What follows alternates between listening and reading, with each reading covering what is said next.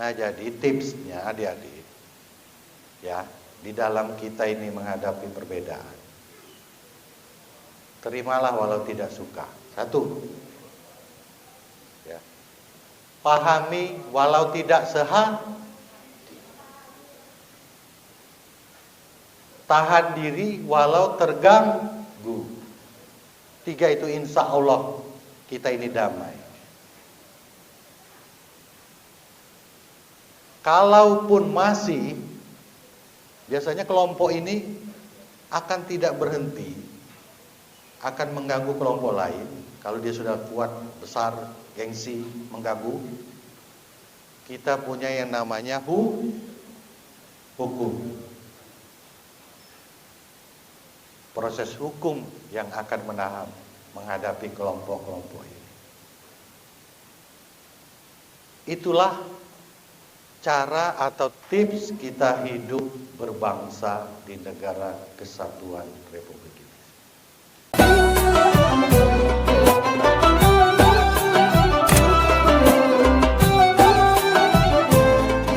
Warahmatullahi wabarakatuh. Alhamdulillah wa syukurillah wa nikmatillah wala haula wala quwata illa billahil alil azim.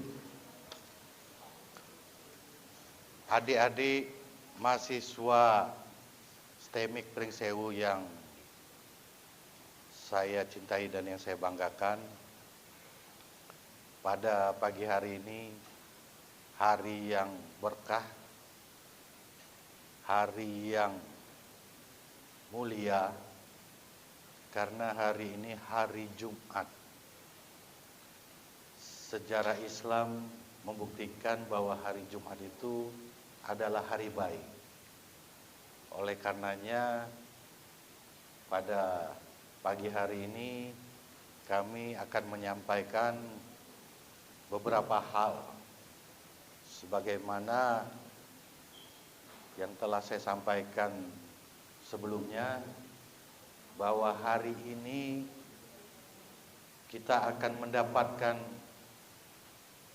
vaksin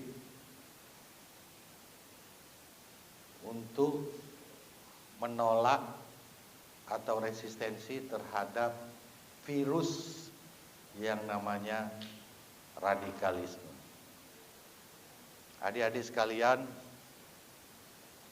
kita tahu radikalisme itu adalah pola pikir yang ingin mengubah secara totalitas. Itu radikal. Kemudian kalau dia menjadi isme, itu berarti menjadi suatu paham, suatu ajaran. Kalau radikal jelas pengertiannya, pola pikir yang ingin mengubah secara total. Kemudian kalau dia isme, berarti dia menjadi suatu paham.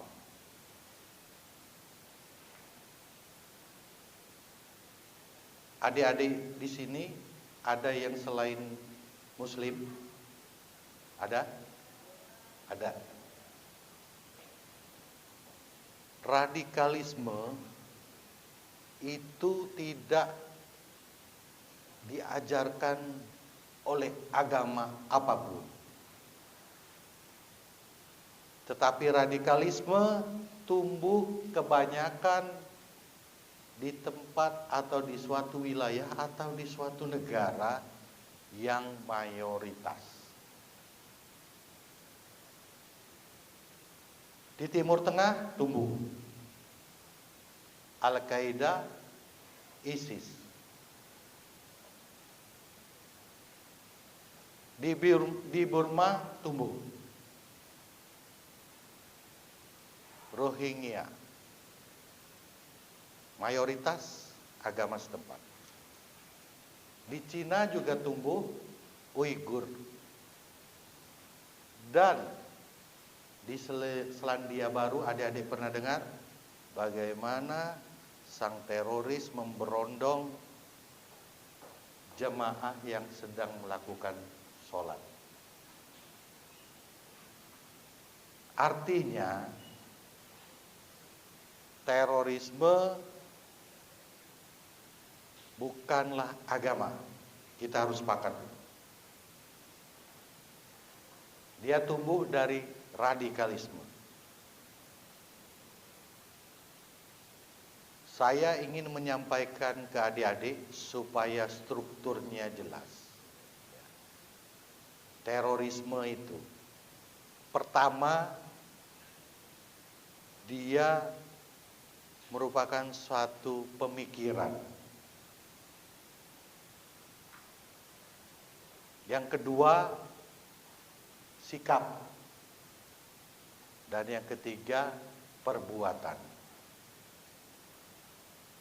Banyak kita hanya melihat dari perbuatannya saja. Ada pengeboman, ada penyerangan, ada pembunuhan. Itu sudah di ujung, di perbuatan. Tetapi sesungguhnya dia berangkat dari pemikiran. Sudah menjadi pemikiran yang saya sampaikan tadi menjadi radikalisme. Dia sikap. Setelah sikap matang, dia berbuat. Nanti Pak Ken Setiawan akan menyampaikan bagaimana orang diisi, ditularkan virusnya agar pemikirannya menjadi seorang yang radikalisme. Jadi jelas adik-adik, pemikiran, sikap, perbuatan. Kita bisa mencegah dari perbuatan, dari pemikiran. Dari pemikiran ini, hari ini adik-adik diharapkan tahu apa itu ciri-ciri radikalisme, sehingga paham ini tidak masuk atau pemikiran ini tidak masuk ke kita. Yang pertama, ciri-cirinya. Dia mengatasnamakan agama, memanipulasi agama, menggunakan ayat-ayat. Kemudian ciri berikutnya, dia takfiri, menyalahkan, sudah menyalahkan, mengkafirkan.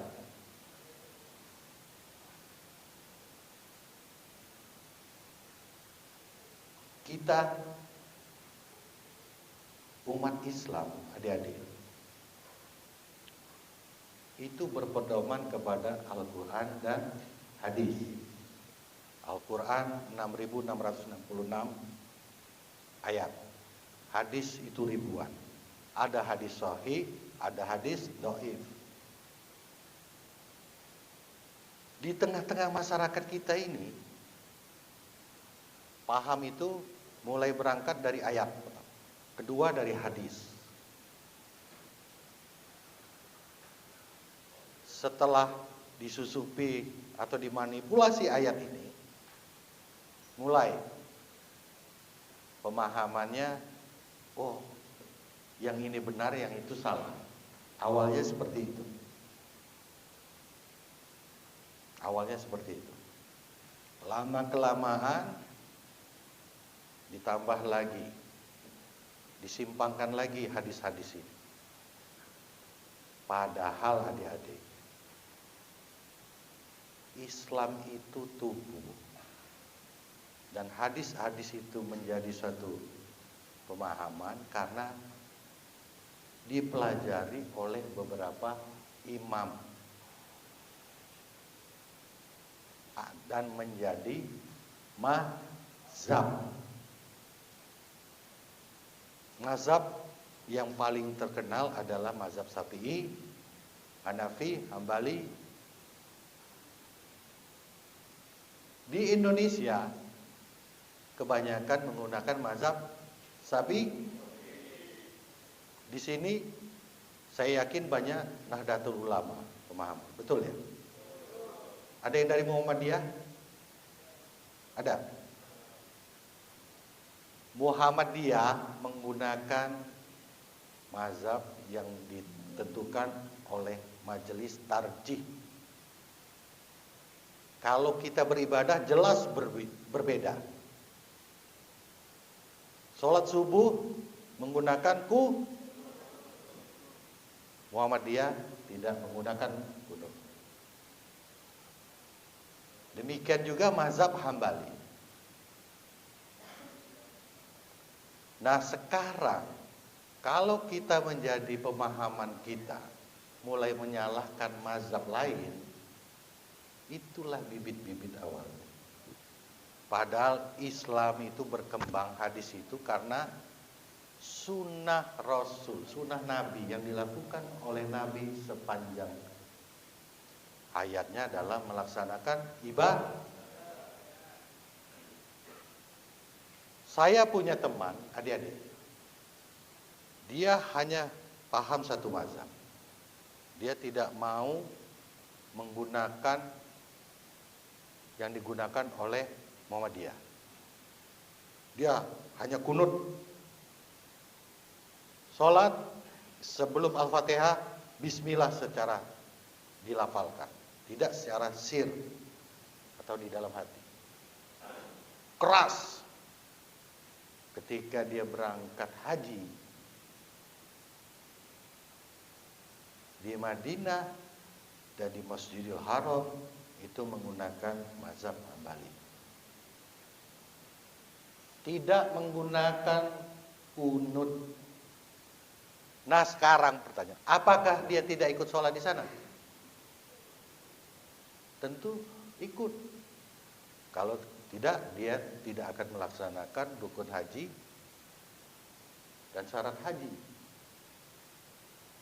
Nah artinya adik-adik sekalian, bahwa Nabi Muhammad Rasul dalam perjalanan ibadahnya ditulis dan dicatat oleh para imam menjadi mazhab. Jangan sekali-sekali kita menyalahkan kelompok lain. Yang melaksanakan kunut silakan, tidak melaksanakan kunut silakan. Ada satu hal lagi. Sejarah di Madinah membuktikan bahwa Nabi memerintahkan kepada umat untuk membedakan mana yang Yahudi, mana yang Muslim menggunakan jek. Kemudian bercelana cingkrang, itu untuk menunjukkan bahwa kita tidak sombong. Karena kalau celana melebihi kaki, itu berarti sombong. Apakah kita akan menyalahkan orang yang cingkrang? Apakah yang cingkrang juga menyalahkan celananya yang sampai kaki? Bagaimana negeri ini kalau saling menyalahkan? Jadi, kembali ke struktur awal dari pemahaman. Kuncinya adik-adik, belajarlah seluas mungkin. Belajarlah hadis-hadis. Belajarlah bagaimana imam atau mazhab memberikan suatu paham. Sehingga kita tidak terfokus kepada satu paham. Kalau adik-adik sudah satu paham, akhirnya menyalahkan paham lain. Kalau sudah pemikirannya sudah menjadi ekstrim. Ekstrim itu adalah pemikiran yang berlebihan. Merasa paham saya yang benar, paham lain salah. Itu ekstrim.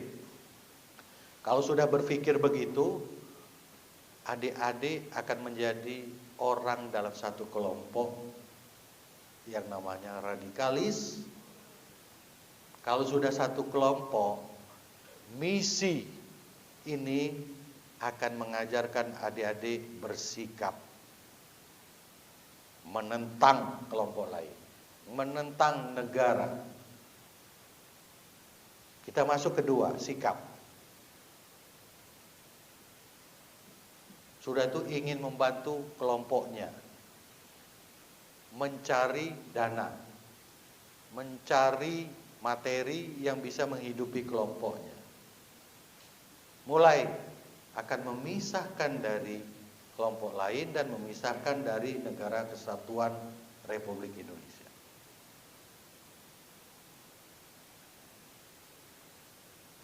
Pemimpin akan mengajarkan adik-adik kalau sudah masuk ke sikap, pertama paling tidak bela diri, menyerang, dan akhirnya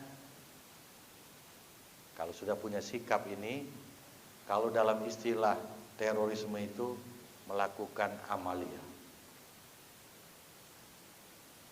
Apapun caranya. Punya orang kafir halal, harus diambil. Ini yang berbahaya kalau sudah punya sikap. Oleh karenanya, adik-adik jangan sampai masuk ke situ. Kalau sudah punya pemikiran, punya sikap, dan berbuat. Itulah yang terjadi di Mabes Polri beberapa waktu yang lalu. Seorang wanita pernah terpelajar, pandai, karena disusupi virus radikalisme, bahwa yang lain kafir, yang lain musuh. Kemudian sikapnya harus menentang pemerintah. Dan akhirnya keperbuatan menyerang dengan senjata, mendatangi Mabes Polri. Nah, sampai kepada kita yang namanya vaksin. Kuncinya nih. Nanti secara agama akan disampaikan oleh Ustadz. Vaksinnya pertama adik-adik, tingkatkan ilmu dan pengetahuan adik-adik.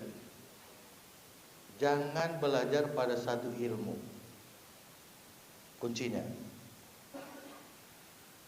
Yang kedua, di dalam menjalankan ibadah, pelajari Al-Quran dan hadis serta asbabul nuzulnya. Kenapa ayat ini diturunkan? Kenapa hadis ini disampaikan? Itu kuncinya. Sehingga kalau ada paham yang datang mengajarkan suatu paham bahwa di luar kelompok kita adalah musuh, di luar kelompok kita adalah kafir, itu tidak benar. Karena dalam Islam itu adalah rahmatan lil alamin.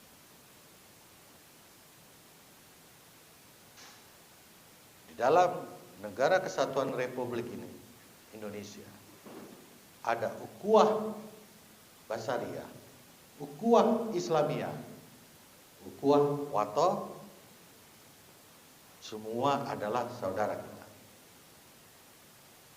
Itu vaksin. Ya, yang pertama,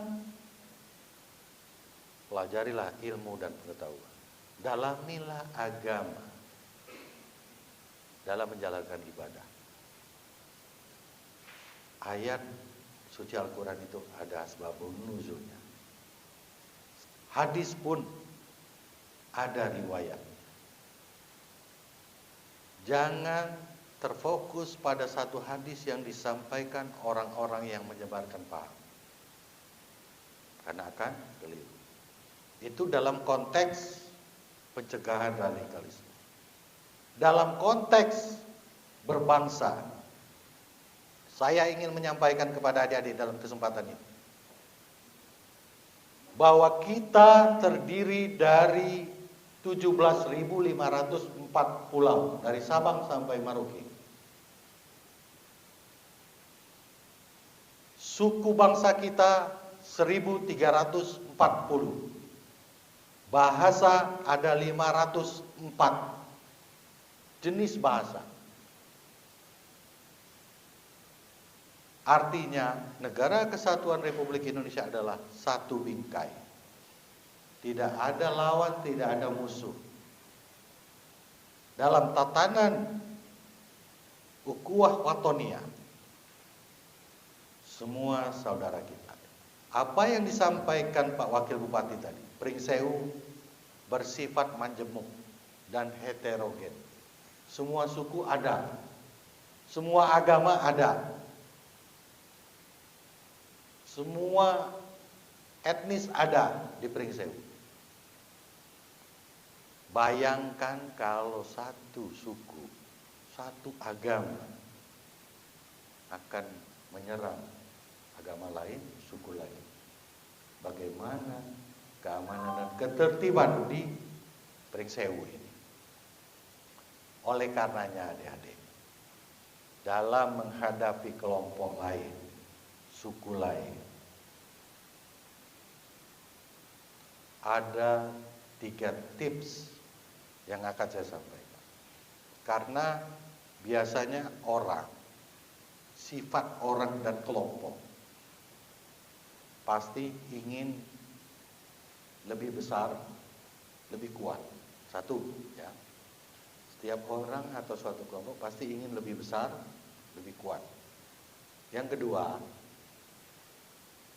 dia merasa levelnya lebih tinggi dari yang lain, status sosial. Dan yang ketiga, ketika dia sudah merasa kuat, besar, levelnya lebih tinggi, pasti dia akan mengganggu kelompok lain, mencampuri kelompok lain. Kita lihat bagaimana konflik di Provinsi Lampung. Di Lampung Selatan pernah tahun 2012 antar suku. Awalnya hanya tindakan antar pemuda. Naik motor, kemudian kelompok pemuda yang lain bertemu, jatuh, menolong, maksud menolong ditafsirkan pelecehan seksual. Tidak terima, mengadu ke pimpinan kelompoknya, pimpinan sukunya. Karena suku ini merasa, oh saya lebih kuat, saya lebih besar. Suku itu, suku pendatang. Ini pemicunya. Jadi dalam menghadapi seseorang atau kelompok lain, ada beberapa tips yang akan saya sampaikan. Karena pada dasarnya setiap manusia, adik-adik, satu, kesukaannya itu berbeda, ya kan? Hatinya berbeda. Kemudian gayanya berbeda. Hari ini kita melihat adik berhijab senangnya warna hijau. Sebelahnya senang berhijab warna Apakah yang hijau akan memaksakan yang biru pakai hijau juga?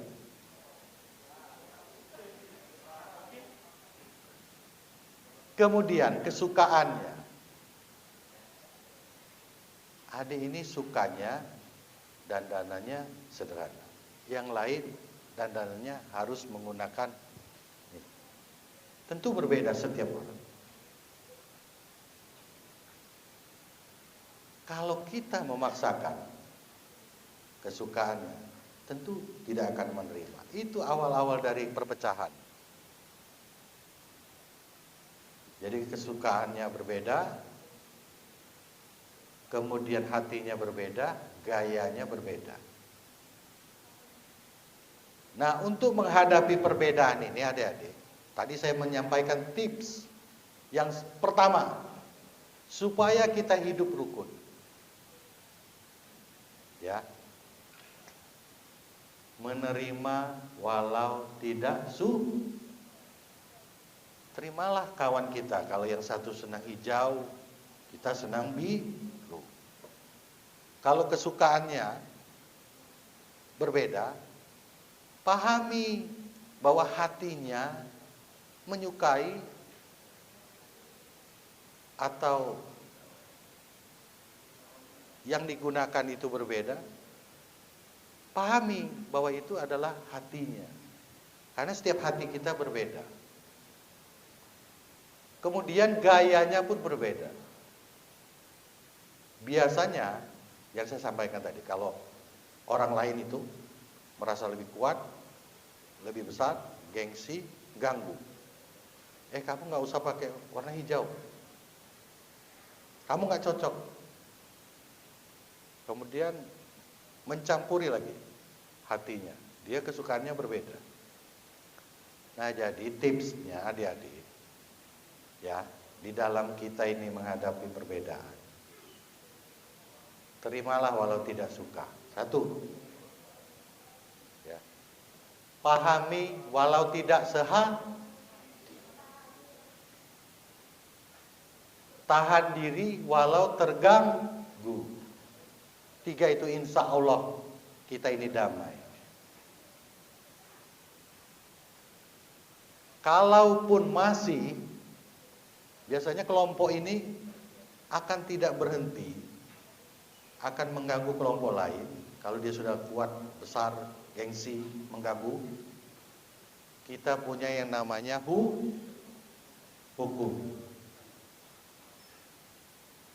Proses hukum yang akan menghadapi kelompok-kelompok ini. Itulah cara atau tips kita hidup berbangsa di negara kesatuan Republik Indonesia.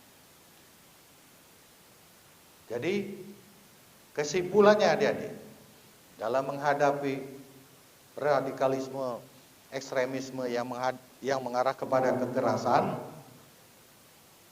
vaksinnya adalah tingkatkan ilmu dan pengetahuan supaya bisa membandingkan paham-paham yang lain. Yang kedua, dalami agama dengan mempelajari kitab masing-masing atau Al-Quran dan hadis, sehingga tahu asbabun nuzul ayat dan riwayat hadis, sehingga kita tidak tersesat kepada paham-paham yang disebarkan oleh kelompok-kelompok teroris. Kemudian, vaksin dalam berbangsa dan bernegara menghadapi perbedaan agama, suku, bahasa, atau sara, bahwa kita dalam berbangsa ini harus menerima walaupun tidak suka, memahami walau tidak sehati. Kemudian yang terakhir adalah menahan diri walau terganggu. Kalaupun masih bahwa negara kesatuan Republik ini punya yang namanya KUHP, Kitab Undang-Undang Hukum Pidana, dan Undang-Undang Transaksi Elektronik. Siapapun yang mengganggu, baik secara langsung maupun secara media, hukum yang akan menegakkan peraturan di negara kesatuan Republik Indonesia ini. Saya kira demikian. Kalau saya sampaikan semua, nanti narasumber yang lain tidak kebagian. Dengan harapan adik-adik bisa menyampaikan vaksin ini kepada teman-teman, kepada keluarga, dan kepada lingkungan masing-masing. Lebih dan kurangnya saya mohon maaf. Wabillahi taufiq wal hidayah. Wassalamualaikum warahmatullahi wabarakatuh.